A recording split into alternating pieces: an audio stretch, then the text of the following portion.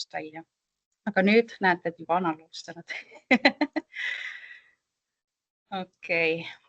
Aga siis hakkame pihta, et ma räägin paar sõna siis enda kohta. Need, kes ei tea mind, et mina olen Johanna Rivers. Ma olen eestlane, kes on siis sündinud Austraalias ja kasvanud üleski seal. Sellepärast kuuladki minu aktsent ja vahest naeran, kui ma ei oska mingid sõnad öelda. Ja see on nüüd minu teine aasta Eestis, kus ma siis töötan koos Integratsioon sihtasutusega ja Välisministeeriumiga globalestonian.com portaali haldamiseks ja arendamiseks.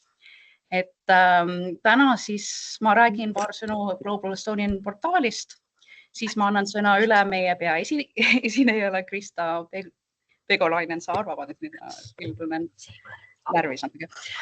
kes siis räägib projekti kirjutamisest. Et siis seejärel kutsun Merike Barburak ja Iivi Saetova ka lühidalt kõnastada, mis nende kogemustest on. Ja siis lõplikuks, kes veel soovib rääkida või esitada küsimust, et see on kõik teretulnud. Et lõpetame täna hiljemalt 5:30 või nii. Ja siis ma loodan, et te saate kõik oma vastused selgeks. Aga siis hakkangi pihta lihtsalt portaalist, et tahtsin näidata mõned asju, mida me oleme nüüd lähiajal teinud. Et ma teen seda aknat kohe lahti. Et kes ei ole külastanud Global portaali, kas saate panna käsi püsti? Ma arvan, enamasti ikka on külastanud, aga võib-olla mõned ei ole. Praegu ei näegi käed. Tublid olete kõik. Okei, aga ma jagan kohe ekraani. Loodame, et see on kohe. Share.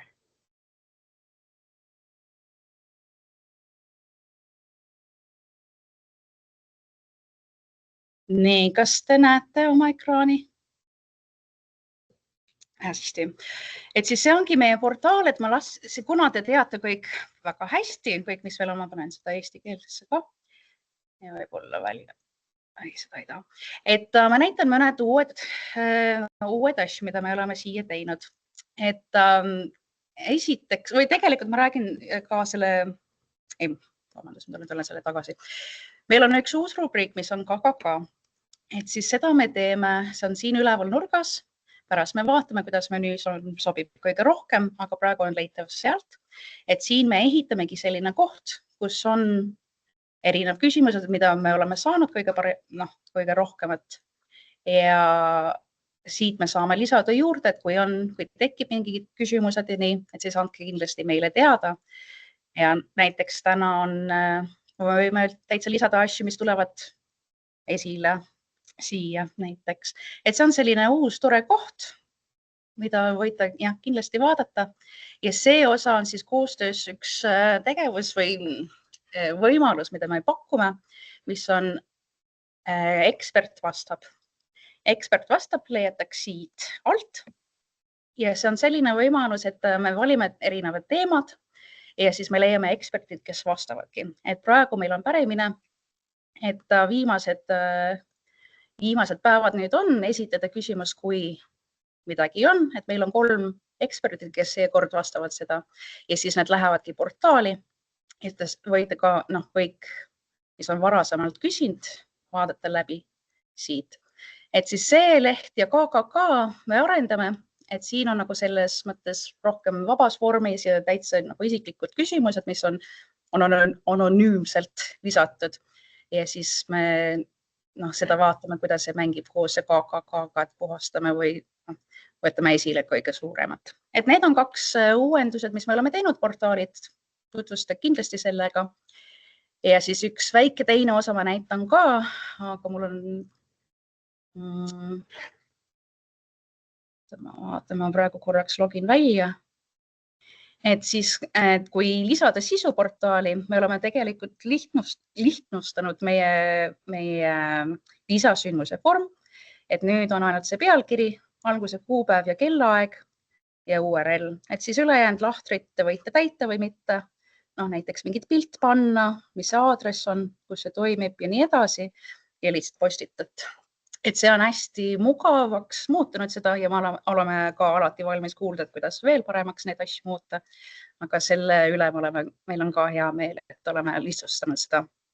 Viimane koht, mis ma täna näitan, on, kuna me teeme see projekti kirjutamisteema, et siin lehelt te võite leida need toetusi, mis on tulemas. Et näiteks jaanuaris on 2 tükki siin, 4.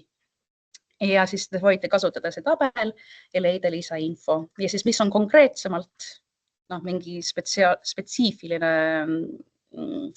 taotlusvoor, et siis seal ka tavaliselt tulevad eraldi mingid infotundi ka.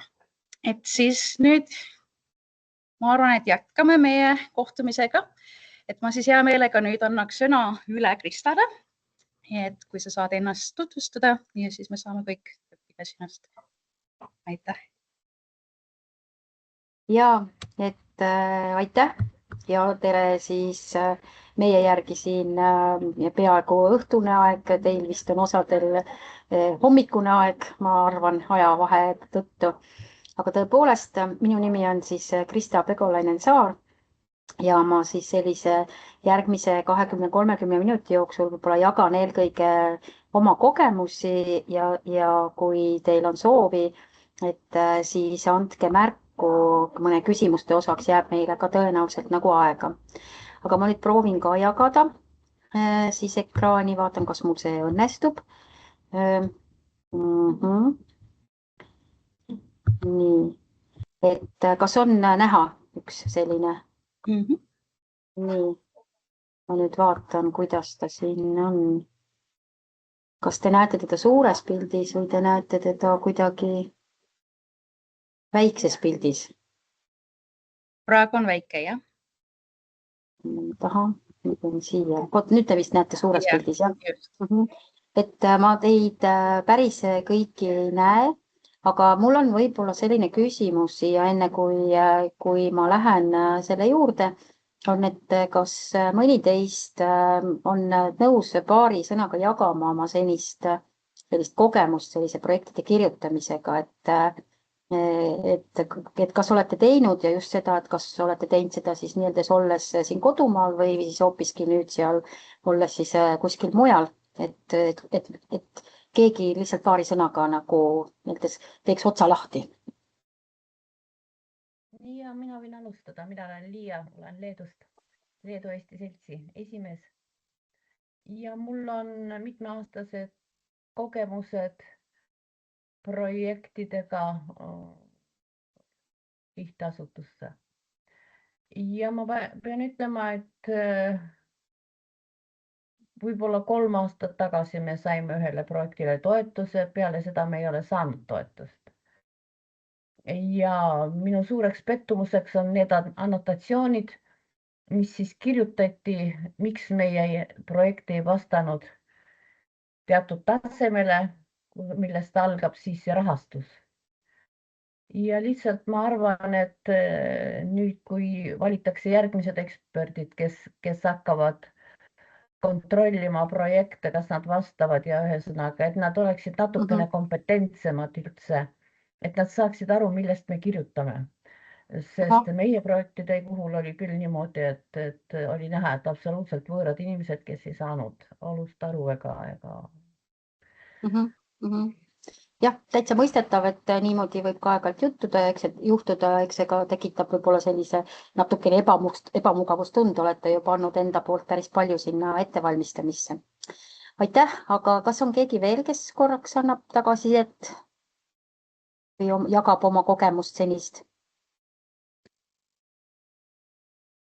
Mina võin jagada, olen Chinar Kristi ja olen ÜNV aseesimees.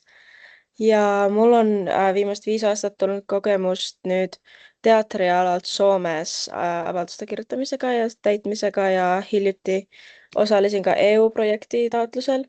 Ja nüüd siis olen ÜNV aseesimehena ja soovin õppida, kuidas siis Eestist sellega tegeleda ja meie organisatsioonile ikka natuke rahastust juurde saada, kuna hetkel ei ole nüüd. Aitäh, et sa jagasid, et ma saan aru, et teil on siis kogemusi nii Eestisse taotluste esitamisega kui ka tegelikult siis teiste rahvusvaheliste variantidega, et nii Liial kui sinul. Ei, vastupidi, mul Eestis just ei ole, mul on Soomes ja EU omas, aga Eestis ei ole. Ja Liia, teie kogemus on seotud siis Eestis taotlemisega? ei, mul on Eestis ja mul on Euroopas ja mul on Leedus. Ahah, selge, et hästi mitmepalgeline ja see on nagu väga tore, et tegelikult olete te ju samaväärsed nii-öelda eksperdid iseenda tegevuste osas. Vahel mõned asjad õnnestuvad, vahel mõned asjad ei õnnestu ja me saame täna võib-olla natukene lihtsalt koos mõtestada, aga nii kui on, et meie selline lühikene aeg, et võib-olla siin on üks mõte ka siis Integratsiooni Sihtasutusele, et tänaspäeval on ka veebi teel väga võimalik teha selliseid koolitusi ja kuidas koos ka õppida, just lähtudes siis Eesti sellistest praktikatest, et miks mitte siis ka päris selline koolituspäev omavahel teha, et kui siis on nagu rohkem aega arutleda ja minna spetsiifilisemalt mõndade teemade juurde ja seda nagu arutada. Ja ma siis nendes natukene siis lähengi nende teemade juurde ja ennem selleks, et miks ma olingi nõus nagu võib-olla niimoodi oma kogemust jagama ja aitäh, Kaire, et ka kutsus mind ja seda tegema on siis, et minu enda taust, et ma olen olnud siis väga pikalt seotud mittetulundusühingutega, olen olnud Eestis siis konsultant mittetulundusühingutele, et aidata neid nii asutada kui nende tegevusega toimetada ja ka projektide siis osas olen vaadanud ja aidanud neid koostada ja täna ma olen ka siis, Eestis on selline programm nagu kohaliku omaalgatuse programm, mis toetab siis just selliseid kohalikke kogukondi nende esmaste algatuste toetamisel, olen siis ise ka hindaja ja siis võib-olla see minu tänane selline kogemus või praktika aitab natukene teile mõista seda, et kuidas Eestis selliste projektide koostamisse võib-olla suhestutakse ja mõned asjad, mis võivad olla teie võib-olla teiste riikide praktikaga erinevad, aga eks me siis saamegi vaadata, et mis see erinevus võib olla ja mis siit edasi võib nagu kasvada. Nii et ja minu siis selline, siin te näetegi sellist minu pilti ja ma luban oma kontakte jagada ja kui keegi ka tulevikus soovib nendes ühendust võtta, siis miks mitte, et ka mina täna olen siin nendes sellise avatud koostöösuunaga, et võib-olla see tegevus, millega mina tegelen, pakub ka teile huvi. Ja siis nii, nüüd tahaks nagu järgmist. Ja siis võib-olla ongi see, et mis see minu nagu selline pagas on siis see, et ma täna siis juhin sellist organisatsiooni nagu Vabatahtlikud Seltsilised, mille põhirolliks on tegeleda vanemaealiste inimeste üksildustunde leevendamisega ja me ehitame siis sellist ennetusprogrammi sinna peale. Ja meil on olemas ka koostöö Kanada väliseestlastega, kelle juurde me siis ka tegelikult Eesti siis inimesed on telefoniseltsilised, nii et telefoni kaudu seda keele, kultuuri asja edasi hoides on täitsa toredad kogemused, nii et see on siis nagu üks minu selliseid kirgesid, millega ma nagu tegelen. Ja teine pool on siis seotud ka sellise koolitamise ja võib-olla uute oskuste andmisega. Ja meil on selline mittetulundusühing, kes siis on välja arendanud sellise kogukonna arendamise tööriista, et kuidas siis selgitada välja, kus me täna oleme, mida me tahame, kuhu me tahame jõuda. Ja üks osa on ka sellest, et enne kui me tahame projekte näiteks koostama või kirjutama hakata, me peaksime teada, et kas see meie kogukond on nagu selleks valmis ja kas nemad soovivad samaväärselt panustada kui eestvedajad. Nii et sellised teemad.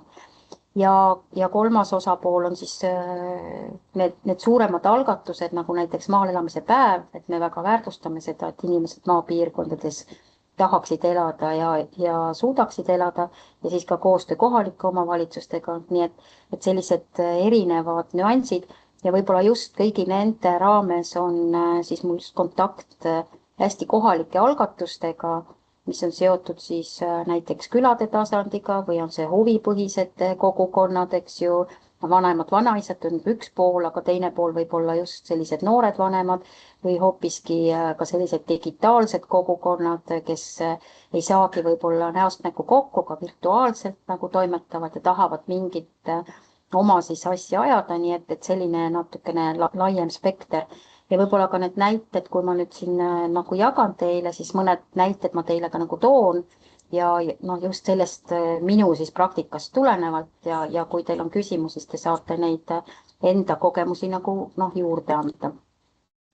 ja ma tegin ühe sellise teekonnajuhise, see on kindlasti teile ka tuttav, eks ju, kes te olete nii-öelda kokku sellega puutunud ja kuna sellist alustavat kogukondade eestvedajate ja inimeste, kellel pole varasemalt projektide koostamise kogemust olnud, et siis võib-olla ongi hea korraks nagu selline suurem pilt ette tuua, ja selle kaudu ma siis püüan ka neid asju nagu teile jagada ja saate võib-olla, kui on mingid, tahate kohe küsida, siis lihtsalt andke sealt märku, sest ma teid kõiki korraga nagu ei näe.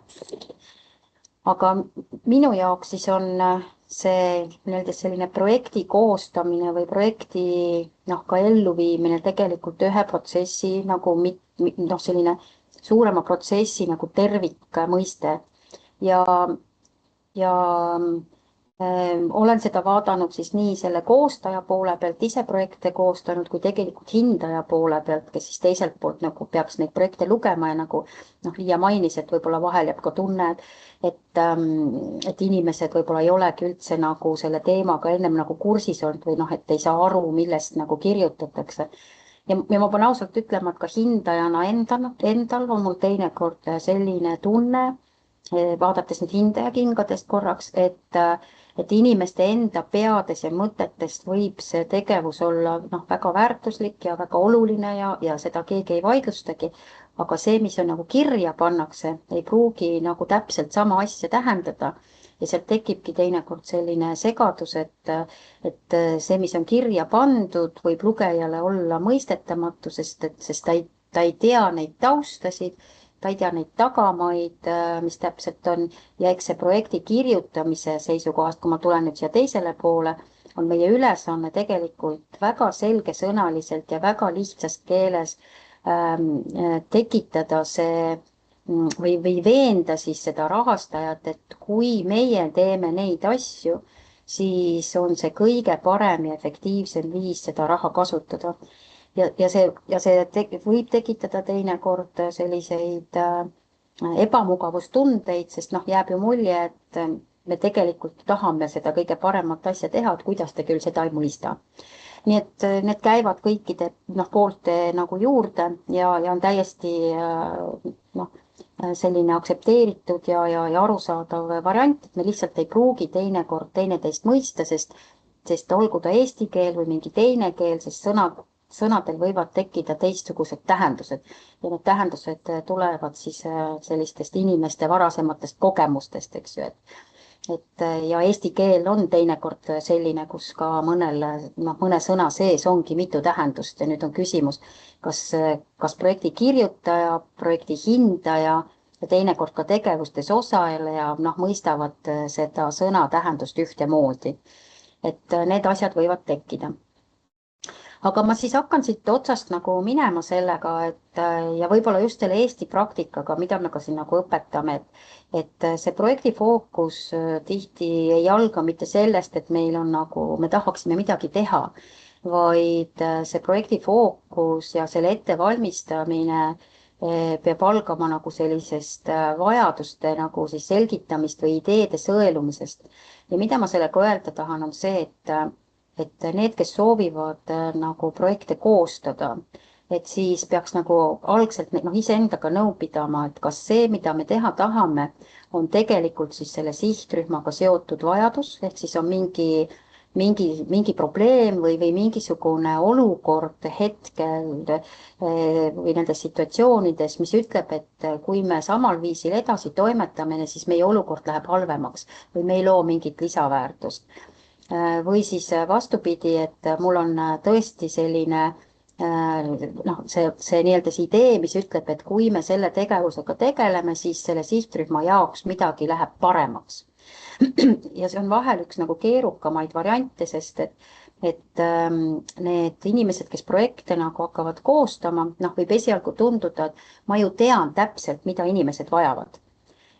Ja siis ehitatakse see asi nagu üles siis selle eestvedaja või idee autori nagu sisemisele tundele, millegile ja unustatakse ära, et tegelikult on seal kuskil olemas need inimesed, kelle jaoks toimetatakse ja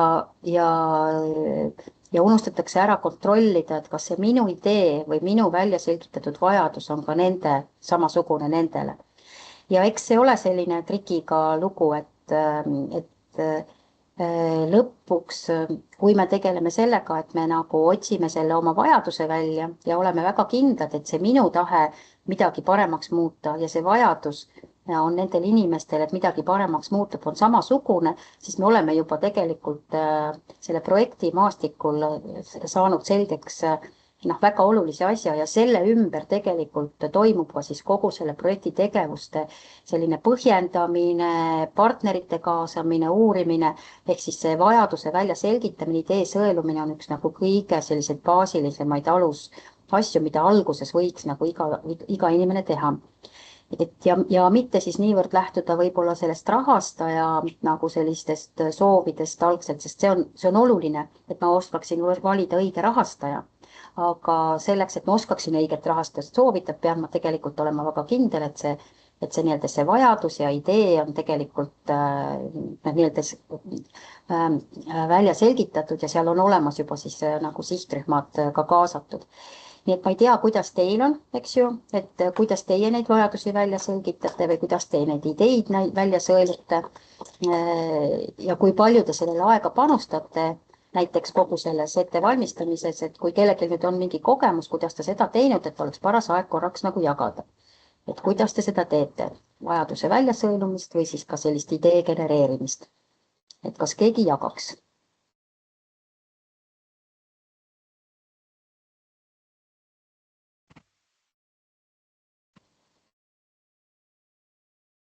Tundub, et praegu vist ei ole jagamist.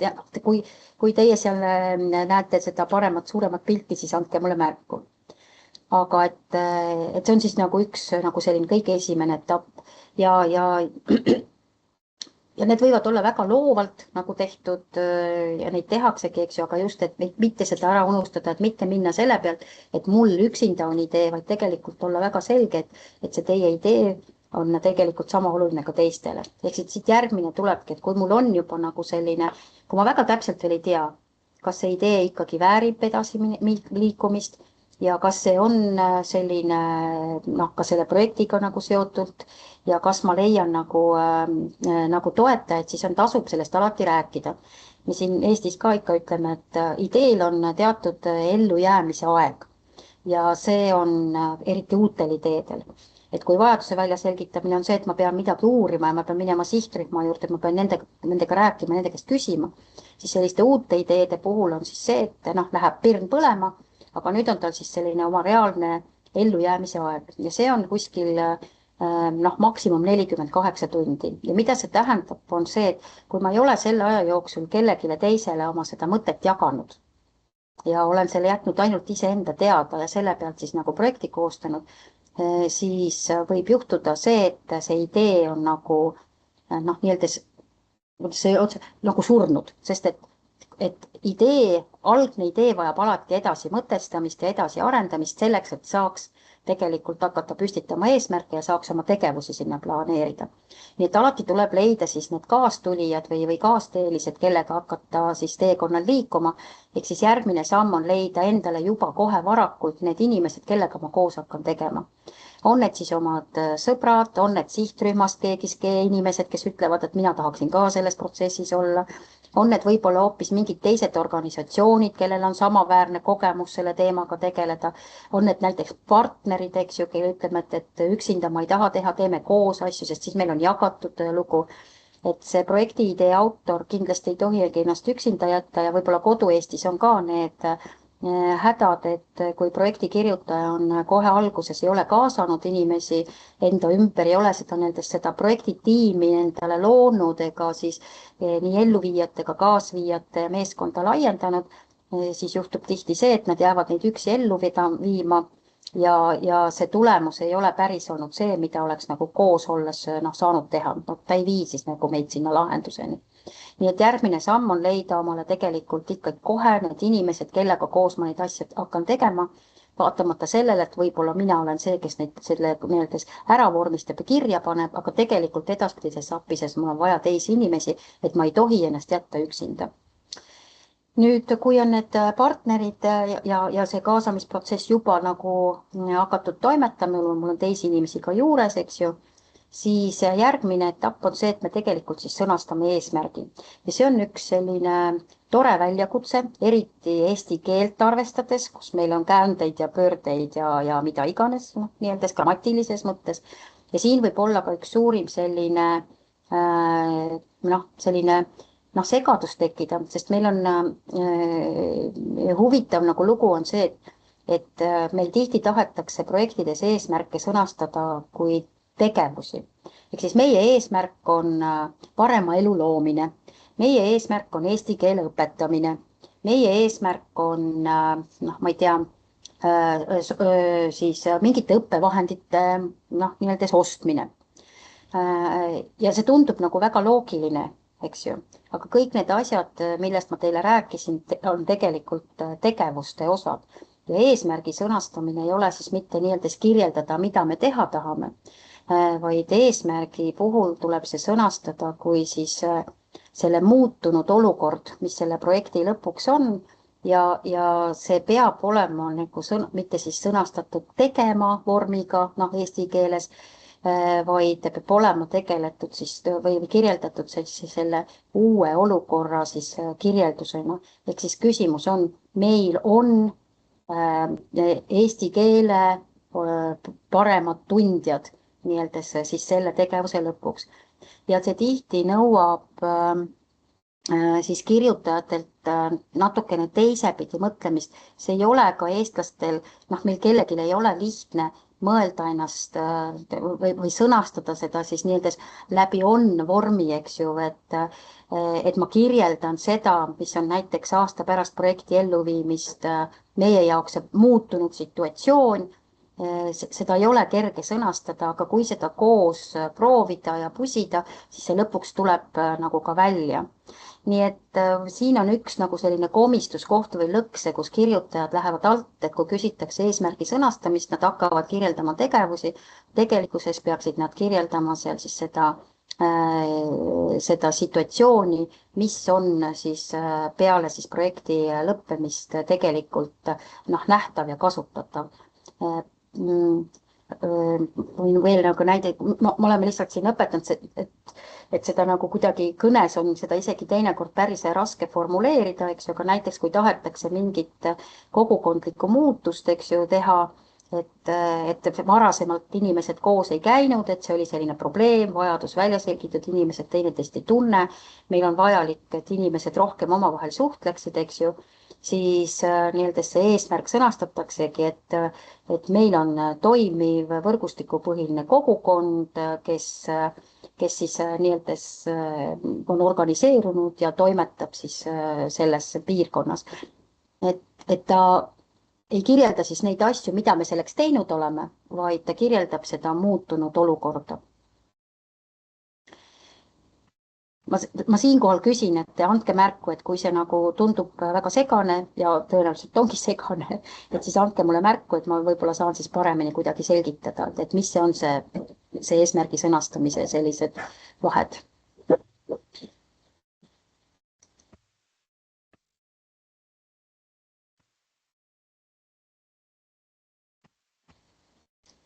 Tahate midagi praegu kommenteerida, ei taha? Väga tagasihoidlikud, aga ma tean, et tegelikult meil on väga tegusad inimesed ja kindlasti hiljem võib-olla tuleb seda juttu, aga see on, ma lihtsalt kommenteerin vahele, Krista, et see on tõesti väga oluline, et see eesmärk on hästi sõnastatud ja selge, et see annab hindajatele kindlasti suure sellise vaate, et vau, et inimene on vaeva näinud, on probleem ja on mingisugune lahendus välja mõeldud, mis on eesmärk, kuhu poole siis liikuda, eks ole, ja siis tulevad tegevused. Et kes tahab jagada siis, et kus on olnud omal selline keeruline seda eesmärki selgitada, et siis on hea teistel ka võib-olla õppida vaata siin teiste kogemustest.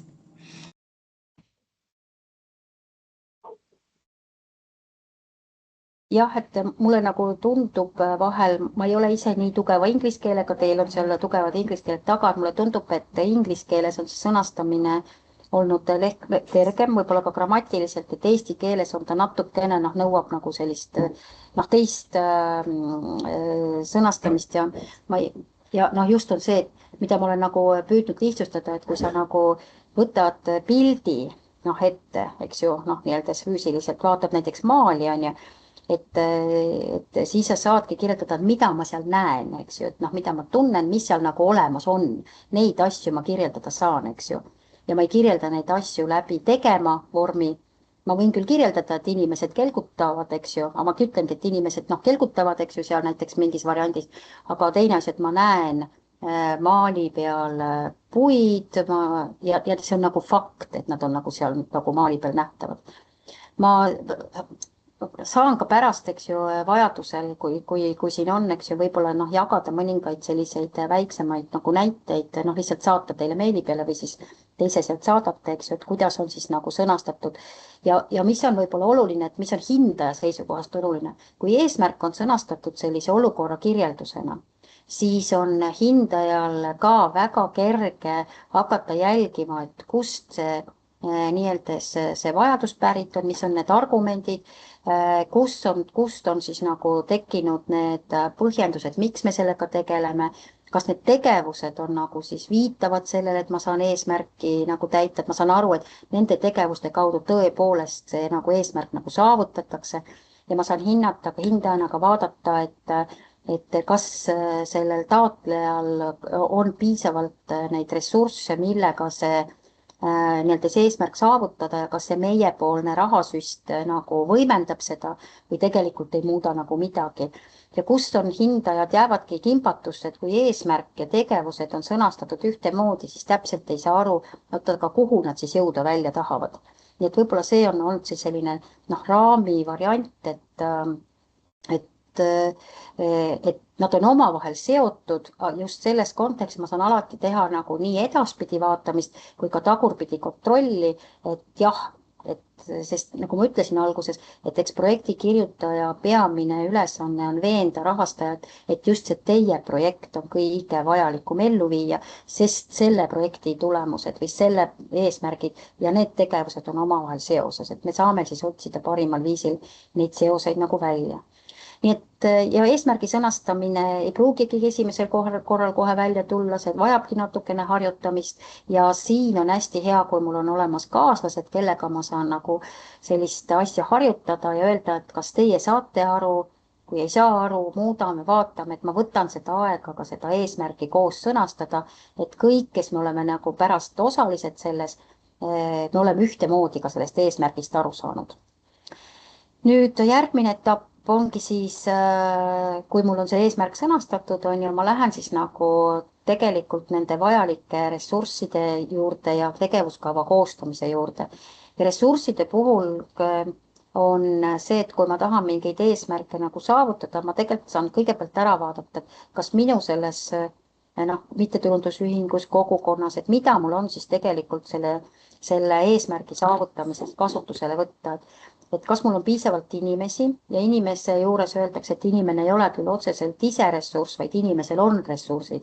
Ja see tähendab seda, et inimestel on teatud oskused, teatud teadmised, mida ma vajan selleks, et seda projekti tegevust nagu ellu viia, eks ju. Nii et siis ma vaatan ka selle poole üle, et mul ei piisa lihtsalt öelda, et mul on Malle ja Kalle minuga koos ja siis me teeme, vaid ma pean vaatama nagu sinna natuke sisse, et ahah, Mallel on raamatupidamise teadmised, Kalle oskab siin hästi võib-olla mingeid asju teha ja võib-olla mul on veel kedagi, keda ma vajan juurde, keda mul selles seltskonnas ei ole ja siis ma saan öelda, et mul on projekti tegevuste mõttes näiteks vaja kaasata sinna kas koolitaja või keegi kolmas-neljas, keda minul endal siit nagu juurde panna pole.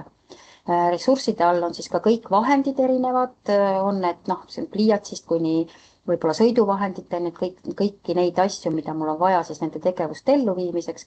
Ja lõpuks on ka siis raha nagu ja aeg, eks ju, on ka ühed ressursiallikad. Ehk siis kas meie tiimil on tegelikult piisavalt aega ja kas meil on aega nagu protsessi mõttes tegevusega tegeleda et esialgu mulle tundub, et meil läheb nende tegevuste elluviimiseks võib-olla, ma ei tea, kuu aega, aga mina soovitan teil ka alati, et kui te juba panete oma perioodi kuu aega, siis tegelikult korrutage see 3-ga. Reaalne elu ütleb alati seda, et pigem me plaanime vähem aega oma tegevuste elluviimiseks ja see tähendab seda, et me pärast tegelikult ei jõua neid protsesse õigesti nagu läbi viia ja võib tekkida surve, et me sellesse projekti perioodi oleme nii-öelda see aja valesti kavandanud ja me oleme ka selle tõttu näiteks eelarvevahendeid valesti planeerinud.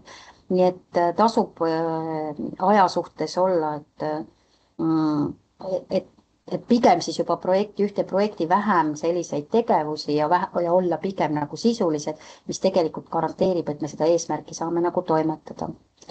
Ja koos selle ressursside hindamise ja selle protsessiga toimub juba tegelikult ka siis tegevuskava koostamine, ehk siis mul on olemas idee, mul on mingi vajadus, mul on olemas inimesed, mul on olemas eesmärk ja ma vaatan ka need ressursid üle, ma saan tegelikult hakata vaatama, milliseid tegevusi ma vajan selleks, et neid eesmärke sõnastada, milliste ressurssidega teha saan, mis mul puudu on ja see tegevuskava on selline iseenesest tore loominguline protsess, aga seal siis tuleb hakata hindama ka mõnes mõttes seda SMART-reeglit, et ma võtan ka siin aluseks, et kas kõik tegevused on selle eesmärgi jaoks vajalikud.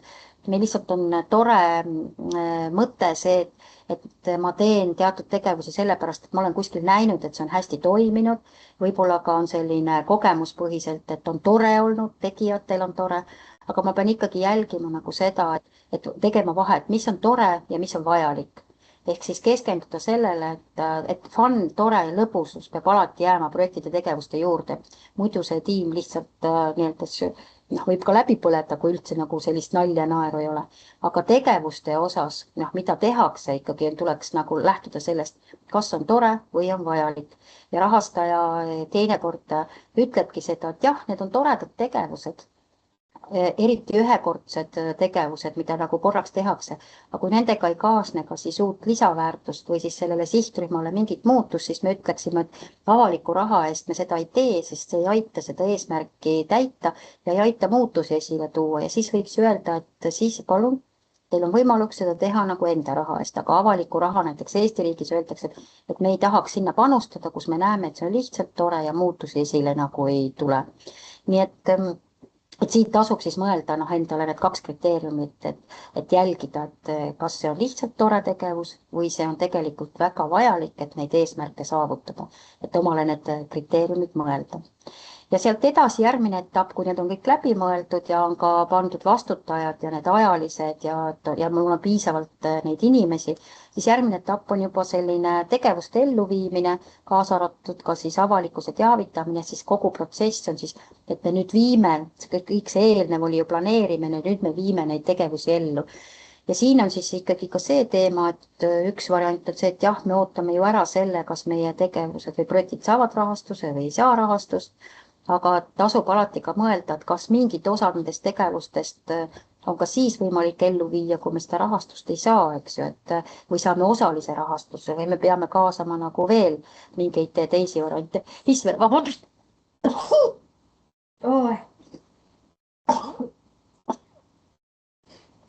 Hakkasin aevastama. Ma ei oska tavaliselt aevastada, nagu kass turtsun. Aga just see tegevuste elluviimine ja see peaks olema nagu tegelikult selline kõige nagu toredam, tõesti kõige toredam nii-öelda protsess, sest kui mul on ette kõik hästi planeeritud, siis see tegevuste elluviimine on ju lihtsalt selline rõõm ja lust ja oma tiimiga selle tegevuse nautimine ja inimestele heaolu loomine, et sõltub siis, mis tegevusi tehakse. Nii et see protsess on teil kindlasti ka tavaliselt kõige sellisem, nüüd kuks läks ära mul midagi. Kas te näete mind?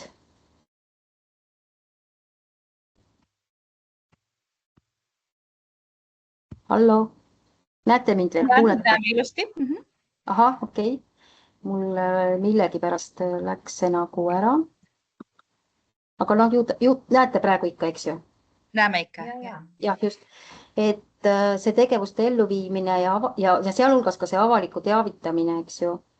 et kuivõrd palju me siis saame siin ka selles hetkes kõigist nendest tegevustest rääkida ja tutvustada ja hoida nii-öelda avalikkus nagu infoga kursis, sest see on ka üks nagu selliseid hindaja, nagu ka hindaja vaatab seda, et eriti kui on kellegi rahastuse poole pealt, kuivõrd te olete valmis seda praktikat jagama, kuivõrd laiadele nii-öelda inimestele on see kättesaadav, see praktika, kuivõrd need sihtrühmad on ka kogu aeg nendesse tegevuste kaasatud ja siin tasub nüüd alati nagu mõelda seda, et kui on ikka tehtud üks hea tegu, siis tuleb sellest rääkida üks hea lugu, sest need lood iseenesest annavad ka, need lood jõuavad ühel hetkel ka hindajate juurde ja selle kaudu me tegelikult tekib ka usk selle tegevuste elluviijatesse, et ja justkui need lood on ikkagi sellised jällegi see, et ei ole lihtsalt tore sündmus oli, vaid tegelikult ka see, et mis selle tegevuse kaudu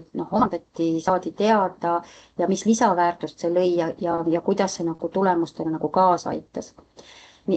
Ja kui on see protsess ka nagu endale nagu läbi mõeldud, siis kindlasti üheks ka Eesti projekti kirjutajate juures on selliseks alahinnatud tegevuseks ja ka mida tasuks nagu hästi nagu läbi mõelda, on see, et kuidas me projekti siis tulemusi ja mõju hindame.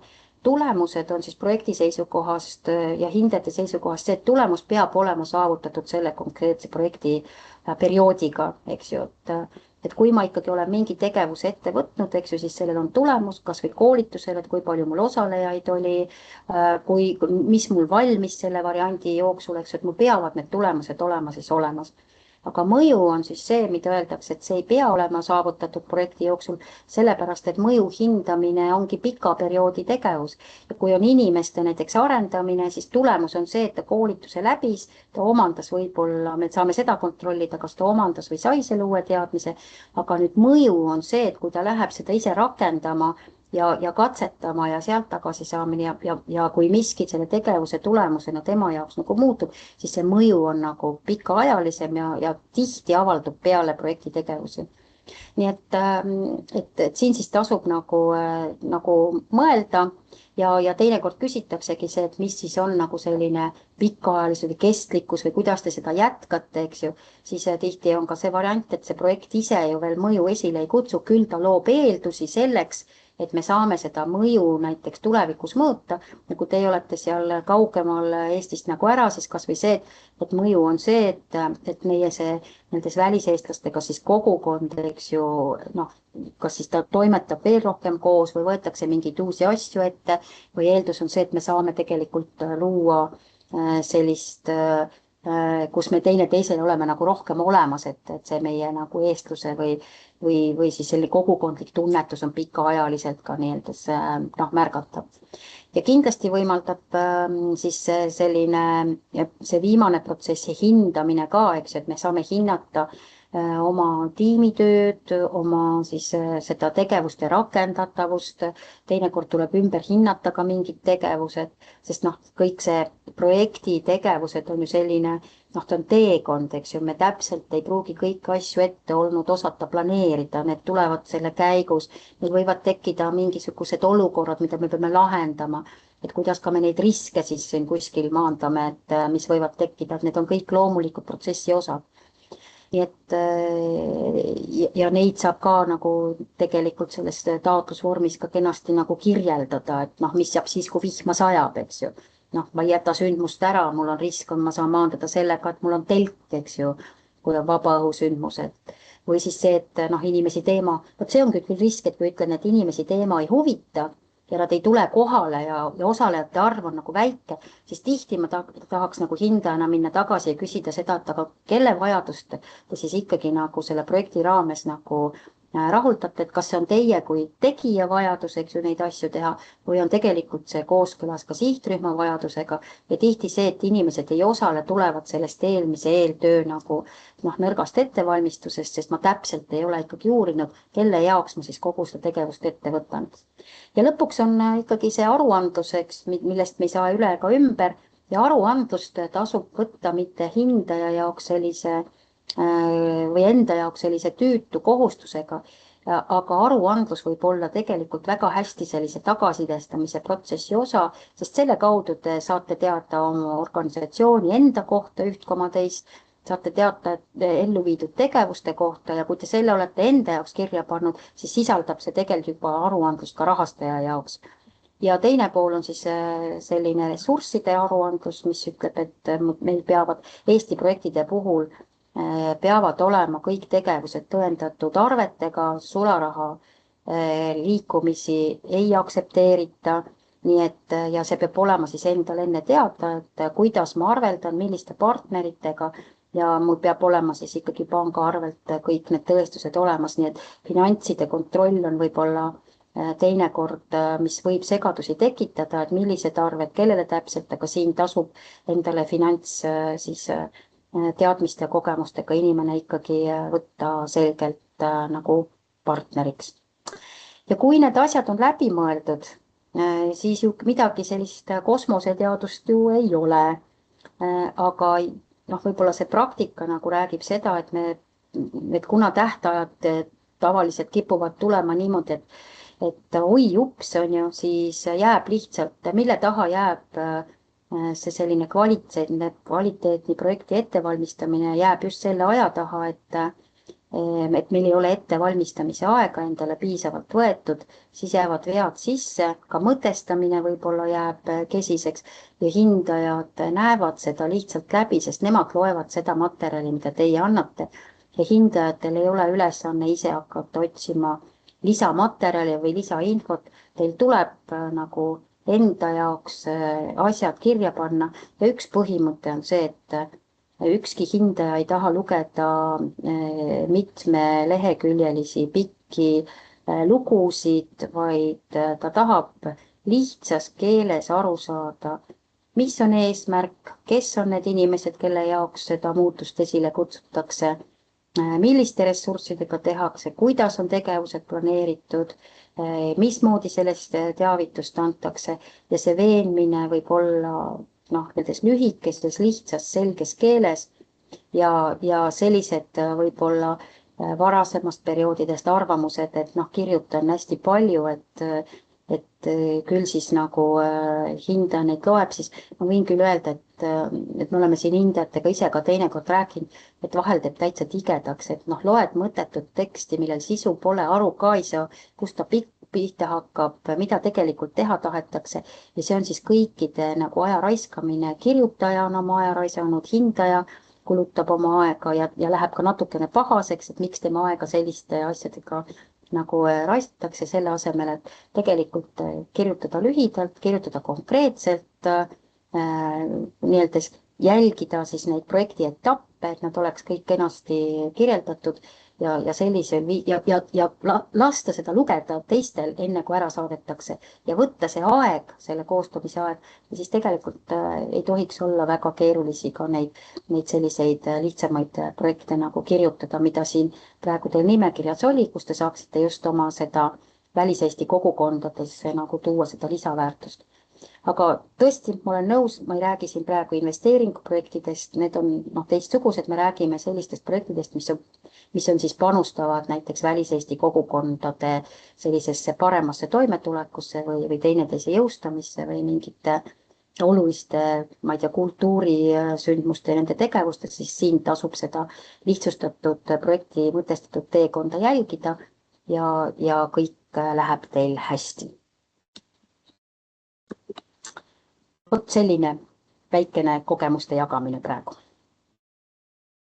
Nii et kui teil nüüd on küsimusi või mingeid mõtteid või ka mingeid oma selliseid praktikaid, kus ütlete, et ükski asi pole toiminud, et siis kindlasti on nüüd see hea koht väike tagasiside sellisest variandist anda. Võite kas käsi püsti panna või lihtsalt rääkida. Kellelgi on kommentaare või küsimust.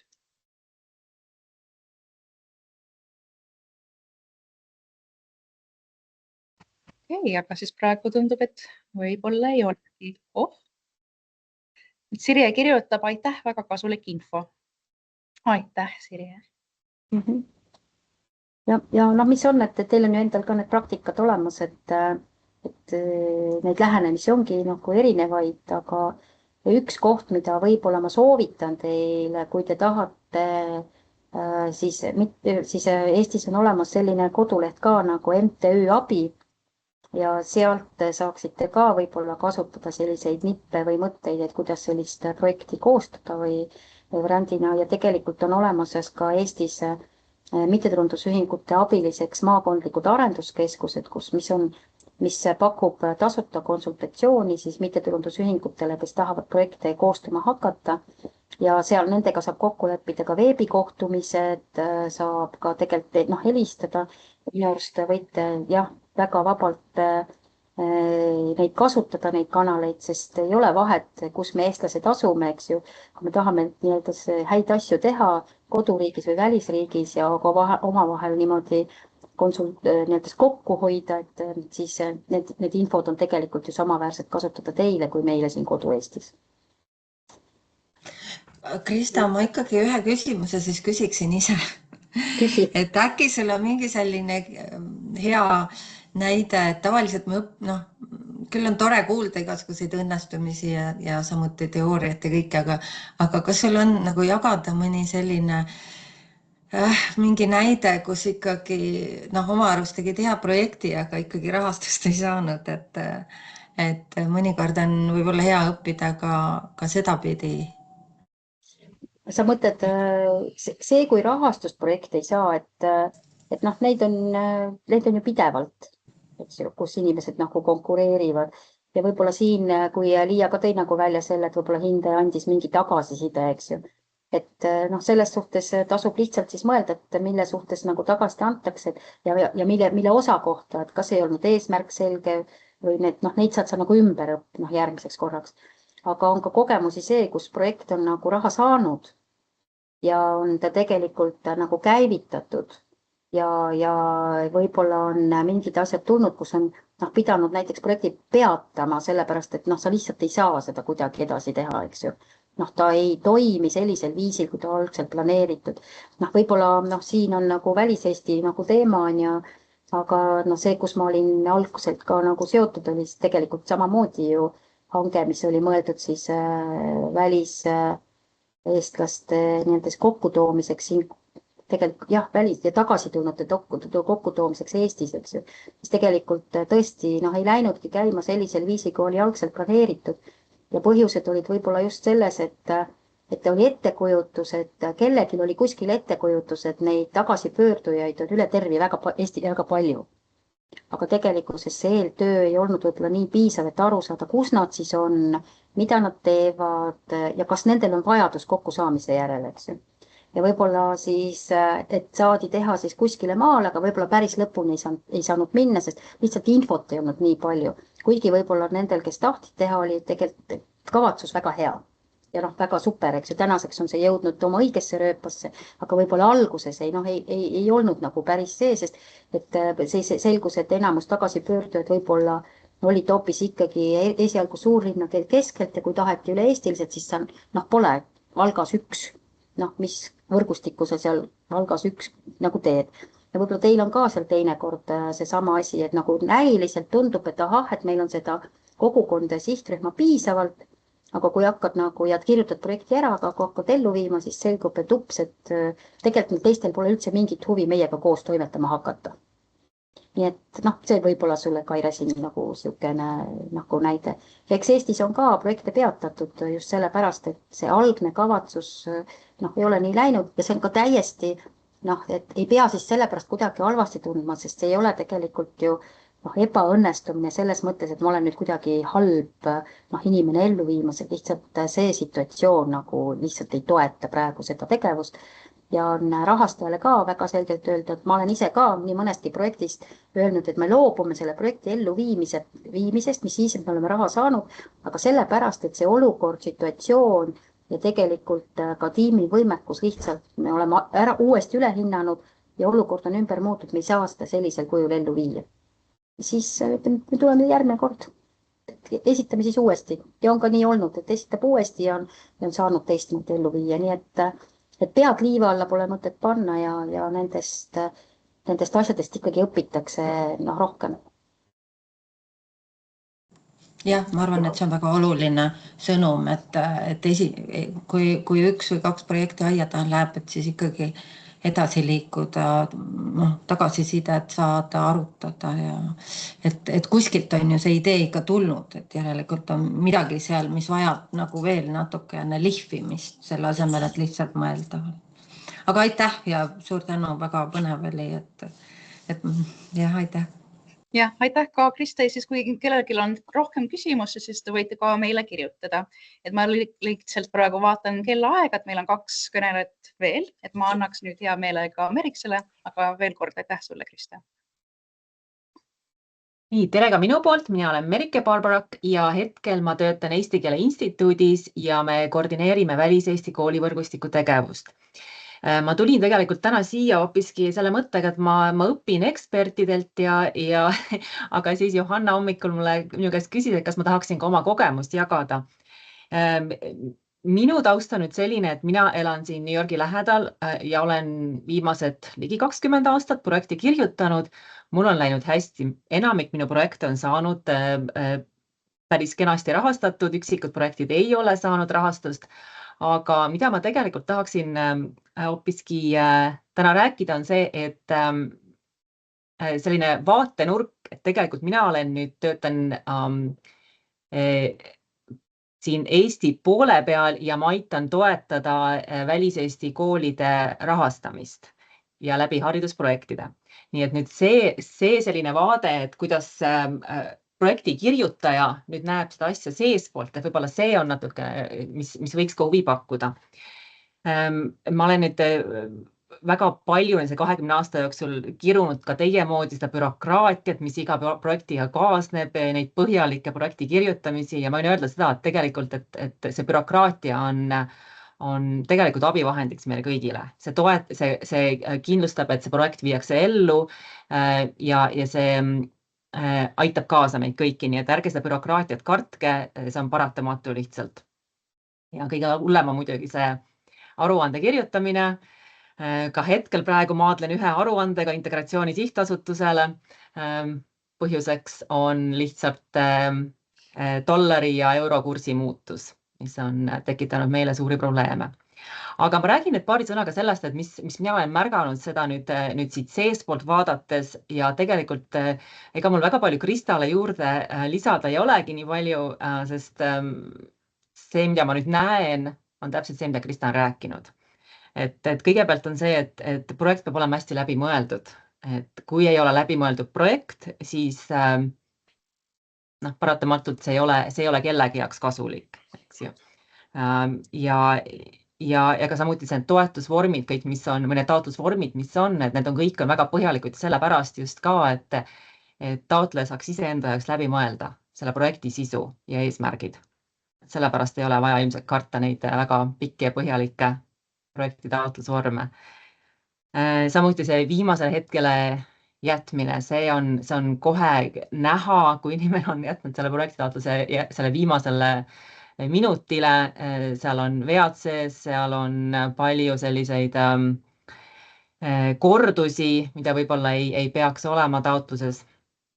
Ja loomulikult, mida on ka väga palju näha, on see, et viimasel ajal just, et tegelikult minnakse sellele libedale teele, kasutatakse ChatGPT abi, et mina ei tea, kuidas Krista sellesse suhtub.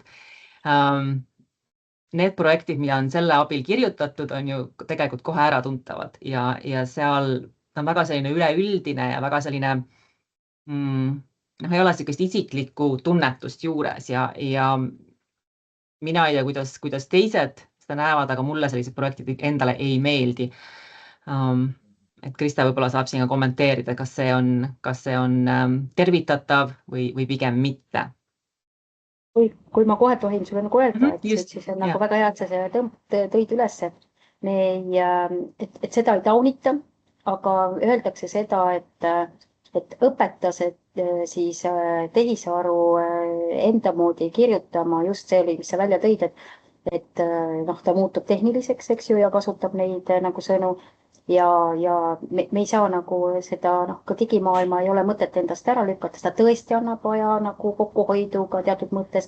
aga siiski nagu öeldakse, et ole ettevaatlik, ole tark kasutaja ja loe läbi, mida ta kirjutab ja ole kahtlev. Et ta võib väga palju jama teile kirjutada, aga just see, et kui ma olen kahtlev ja siis ma kontrollin ja tegelikult ikkagi õpetada kirjutama siis sellist teksti, nagu sina ise kirjutaksid.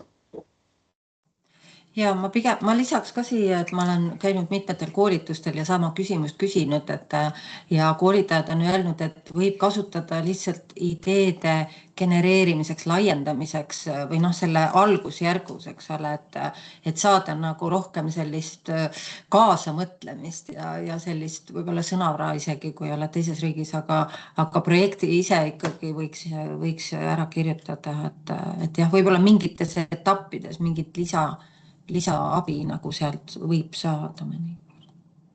Ja ma olen ka nõus sellega, sest mõnikord on see idee kuidagi nagu mõte on kinni, mõte ei jookse ja siis see tehisaru aitab natukene kaasa, aga jah, et ümber sõnastada vähemastki enda jaoks läbi mõelda, et mis see projekt tegelikult on. Jah, et tehisaru ei tohiks sind kontrollida, sina ikka kontrolli tehisaru. Ja samuti ka see mõte, et kuigi me küll arvame, et võib-olla komisjon väga palju ju tegelikult tunneb meid ja teab meie projekte ja meie tausta ja ma võin öelda selle koolivõrgustiku suhtes ka, et me tegelikult me ju teame, eks, kes, kus, mida teeb ja kuidas teeb, aga keegi ei saa seda eeldada, et see, mis ei ole paberil, seda ei ole olemas. Nii et tuleks ikka kõik kirjutada taotlusesse sisse, aga jällegi, nagu Krista ka ütles, et mitte selline pikk ja tühi tekst, aga hästi konkreetselt, aga ikkagi sisse kõik kirjutada, et see on ka väga oluline ja see on ka minu enda viga olnud, kui ma olen kirjutanud taotlusi. Komisjon tegelikult tõesti ei tea, ei pruugi teada, aga samas ka võib teada. Ja samuti need õhkutäis projektid, mis on eelarved näiteks, et ilmselt ka need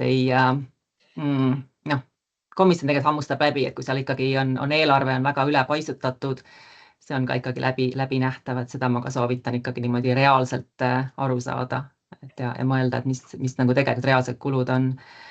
Aga ja viimane meie jaoks, Välis-Eesti koolivõrgustiku jaoks on väga tähtis ka see, et on olemas kogukonna toetus, ka see, mida Krista rääkis, et see on oluline, mida rohkem on kohalikud organisatsioonid toetamas neid projekte, kas siis rahaliselt või lihtsalt olemas kaasas, et see annab projektile väga suurt väärtust juurde. Nii et need on minu mõttedega, ma vist midagi uut ei rääkinud, aga see on see nagu minu kogemus, mida mina sain tänu sellele, et minu töökoht on vahetunud ja tegelikult see selline Krista jutt oleks olnud väga kasulik ka minu jaoks mõned aastad varem ja kõikide jaoks, nii et mul on väga hea meel, et Integratsiooni Sihtasutus on sellise vestlusringi me siin lõi, nii et aitäh teile. Suur aitäh sulle ka, Merike, aitäh. Ja meil ongi siis täpselt 10 minutit järgi, et siis ma annaks sõna nüüd Iivile ja siis vaatame, kui palju meil on küsimuste kohta siis lõpupoole. Aitäh, Iivi. Ja Johanna, aitäh sulle ja aitäh muidugi ka Kristale ja kõigile, kes siin on rääkinud Merikesega oleme ka just nende koolivõrgustikuga seotud, sellepärast, et meil siin kasvab üles nüüd noorpõlvkond, sellepärast, et meile tulid Eestist suhteliselt hiljem. Ja tegelikult on meil kohal praegu esimene generatsioon, kui võib öelda. Minu tütrel on nüüd küll teine generatsioon, aga ja siis tema lapsed. Aga üldiselt on siin ikka esimene generatsioon Eesti lapsi. Nii et meil on eriliselt raske tegelikult, eriti mis puudutab nüüd sisseviimist mitmete niisuguste laagrite, suvelaagrid isegi oleme hakanud tegema. Ja see on väga palju soodustanud seda, et tegelikult tõesti jah, see suvelaager veel annab juurde järgmise dimensiooni, kus ollakse paar päeva koos, et lapsed hakkavad käima ka päris hästi korrapäraselt ka muidu aasta jooksul. Aga mis mina tahan öelda, et minul on tegelikult endal hoopis teised kogemused, sest ma olen tegelikult ikkagi ülikooli inimene ja ma olen saanud Eesti granti, Eesti teadusgrandid, ma olen saanud ülikoolide mitmeid projekti juhtida, mind on kutsutud mitmetesse projektidesse ja siis kõige nüüd viimased, mis on see küll nüüd ei ole teadusama, aga mis oli üllatav, oli Euroopa Komisjoni mäluprojekt, mis ma teen seda Suurpõgenest, et ma olen natuke teine, aga mul on hea meel, et mul on palju noori praegu. Meil on, tähendab 4 inimest, kõik on nad kõrgharidusega, aga nad teevad ilusti meil seda Eesti tuba ja nad on ise ka õpetajad, nii et ühelt poolt teevad neid projekte ja teiselt poolt siis on ka õpetavad. Nii et selles mõttes on ja meil on ilusti ära jagatud ja isegi on arvestatud sellega, et kui keegi on haige, et siis kuidas keegi kedagi asendab. Nii et see on väga tore asi, aga mina jätkan ikkagi omas liinis, mis 35 aastat tagasi sai loodud. Tšehhi-Eesti klubi saab nüüd sellel aastal, järgmisel aastal tähendab. Ja seal oleme just haaras mind siin Kristase partnerite kaasamine. Mina olen läinud seda teed pidi, sest et siis on kindel, et sul on olemas mingisugune ruum, mida sa ei pea maksma, et see on väga suur tähtis asi, et sa saaksid korraliku ürituse ära teha. Ja nii oleme saanud siis teha üritusi, ütleme nüüd igasugu Teaduste Akadeemias, Rahvusmuuseumis, linna raamatukogus, siis olen ma teinud üritusi ka tänu oma tööle ja eelmistele kogemustele ka, ütleme nüüd siis Muusikaakadeemias isegi. Ja Tehnikaülikoolis väga hea koostöö oli, me saime isegi filme näidata seal. Nii et selles mõttes olen püüdnud kasutada kõiki oma kogemusi ja oma sõpru ja neid, kes tulevad hea meelega ka nendest sündmustest osa saama. Et see on väga tähtis, et meil on olnud enamuses kõik 100 inimese kokkutulekud. Need ei räägi kõik eesti keeles, nii et meil on selles mõttes on jällegi raskem, aga me oleme püüdnud tõlkimise sättida omamoodi ära. Sellest ma pikemalt ei räägi, aga see on tehtud ja see on peamine, et meist saadakse aru ja meiega minnakse kaasa. Aga ma tahtsin öelda praegu mis suur eesmärk meil on. 1974. aastal loodi Tšehhis Läänemere liit, kus siis olime opositsioonis. Mina astusin sinna 83. aastal, kui ma siia tulin. Ja olin samuti opositsioonis, kuigi olin ma Nõukogude Liidu kodanik, nii et see oli väga huvitav situatsioon minul siin Tšehhis, aga nii ta oli. Ja selle opositsiooni eesmärgiks oli tegelikult Eesti, Läti ja Leedu kirjanduse esile toomist. Ja see nagu langes 91. aastal päris alla, sellepärast et need huvid ja raskused tekkisid ja ei saanud edasi minna. Ja mis juhtus see, et enam ei tõlgitud eesti keelest tšehhi keelde raamatuid. Meil oli ennem tõlgitud ainult 13-12 aasta jooksul üle 50 eesti teose, kirjandusteose ja see oli väga-väga kõrgel tasemel. Me andsime väga heades kohtades välja ja kõik see langes just nende sametrevolutsioonide ja meie revolutsioonidega nagu ära.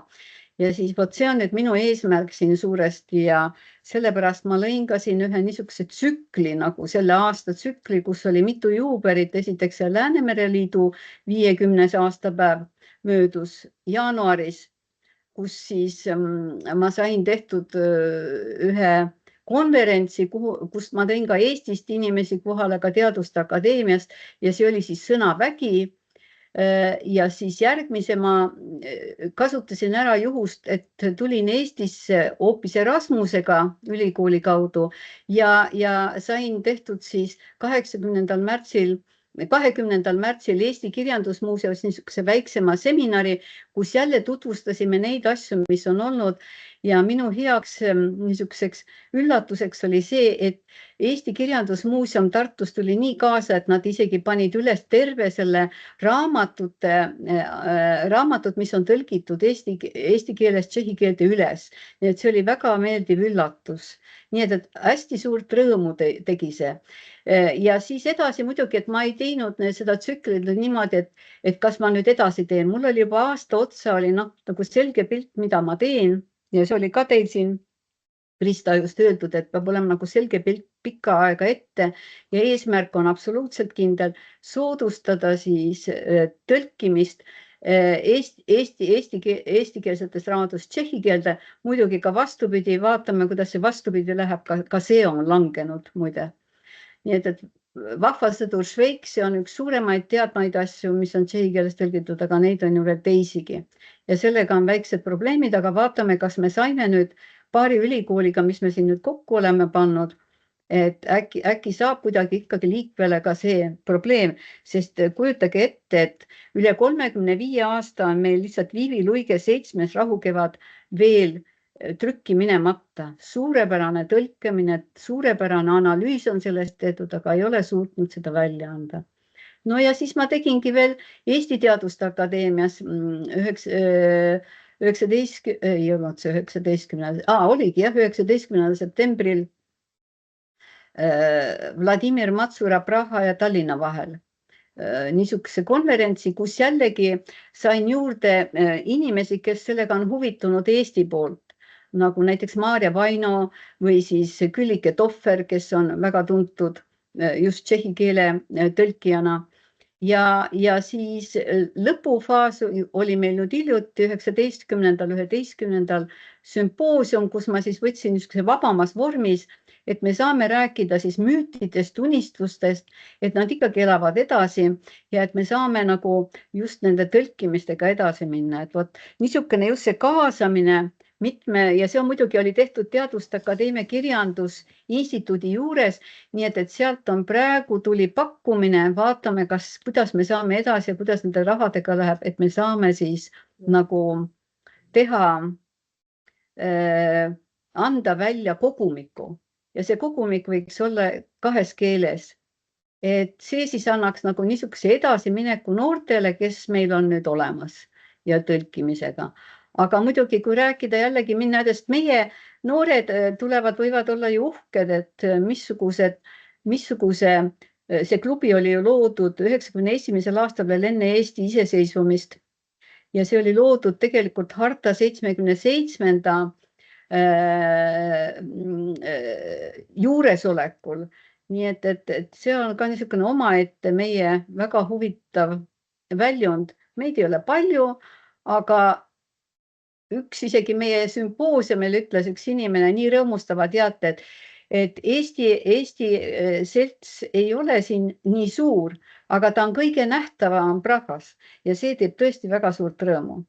Nii et võib-olla, kui kellelgi on küsimus, siis kindlasti, aga mina arvan, et partnerite kaasamine on üks võimalus, kuidas saab näiteks suuremaid asju edasi viia, väiksemaid mitte, sest väiksemate ütleme nagu Eesti toa või laste õpetamised, need on hoopis teistmoodi, nad on väga kannatliku koostöö ja seda ei tohi lõpetada, see peab kogu aeg pidevalt, järjepidevalt edasi minema. Kui jääb vahele, siis hakkavad tekkima probleemid. Aitäh jagamast, Iivi. Ja ma ütlen korra vahel, et mina olen Iivi üritustel käinud, mis on siis olnud meil Eestis siis suurpõgenemise sellised suuremad sellised iga sügises, ma alati ootan neid väga suure huvi ja põnevusega ja seal kohal ma saan ka öelda, et ma alati imetlen, kus Iivi on need kohad välja ajanud, et meil on olnud seal reaalkoolis ja siis on olnud Riigikogu mingites ruumides, et võib-olla siin isegi mõelda seda partnerite kasutamist just, et mõnikord tõmbab isegi võib-olla esialgu see ruum või koht isegi rohkem kui võib-olla see et ma kella 6 kuskile teisipäeva õhtu lähen, aga mõtlen, et reaalkooli sinna polegi kunagi nagu asja olnud, et ma lähen ja vaatan, et mingi tore esineja või avaja veel seal on, kes avab siis ürituse ja samas siis hiljem selgub, et et seal on nii palju põnevat ja saab inimestega suhelda ja ongi iga kord saab uue kontakti või midagi, et ma väga-väga tänan selle eest Iivit ja kindlasti, kellel on küsimusi või tahab mingid jagada, ma olen kindel, et siis üks-ühele võib-olla saab Iiviga arutada, et kus sa need mõtted, ideed ja kontaktid ja partnerid kõik omale oled leidnud, aga ma praegu vaatan, et kell vist on meil juba saab täis, et me ei taha väga palju inimesi kinni hoida, et kuidas sul ühe lause. Kellelgi on üks lause, siis võib ühe lause veel siia lisada. See üks lause tähendab seda mõtet, et võib-olla selle projektide sellise loogika mõttes ongi, et meil on selliseid hästi kohaliku tasandi projekte, kus on hästi lihtsad projektid, eks ju, ja mis ongi, kuigi see mõte on sama.